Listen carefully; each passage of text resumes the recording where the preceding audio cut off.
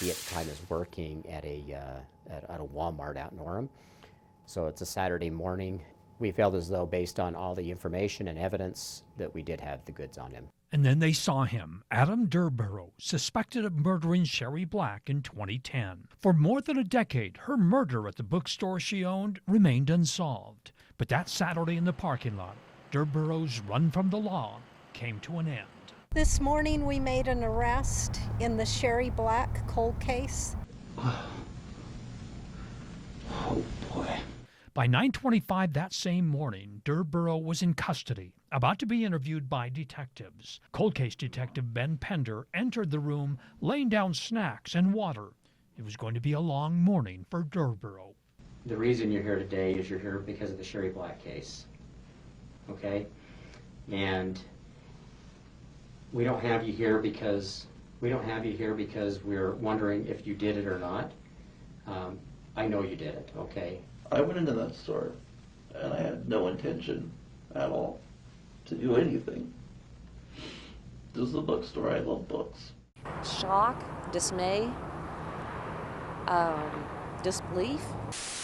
64-year-old Sherry Black was found stabbed to death inside her South Salt Lake business Tuesday afternoon. She was discovered by her husband. Right now, police do not have any suspects. We're very careful about what is put out there. We do not want to compromise the investigation at this point, nor the prosecution when it comes to that point. Inside the bookstore, blood, possibly from the suspect, was found. There was no match when police used a national database called CODIS. Black owned the bookstore in South Salt Lake.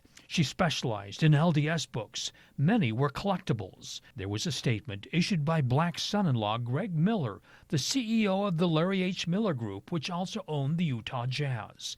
The murder led to the closure of the bookstore. In 2011, her daughter and husband spoke about their tragedy. I have anger. I mean, don't get me wrong, I find myself being angry. Prior to the murder, they said there was no signs of trouble, no threats, not even a robbery. Very surprised that we'd never been robbed or, any problems that way. Well, I know. My daughter, Alyssa, had asked her recently, because my dad had been buffalo hunting for 3 weeks, so she was there alone, if it made her nervous to be there alone, and she said no. There was still no suspect on the 7th anniversary of her murder. South Salt Lake police released a sketch of a possible suspect.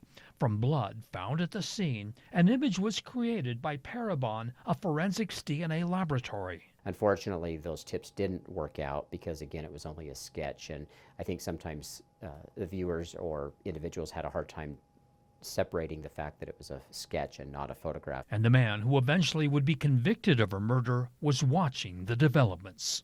I read now and then, honestly, but most of the time I just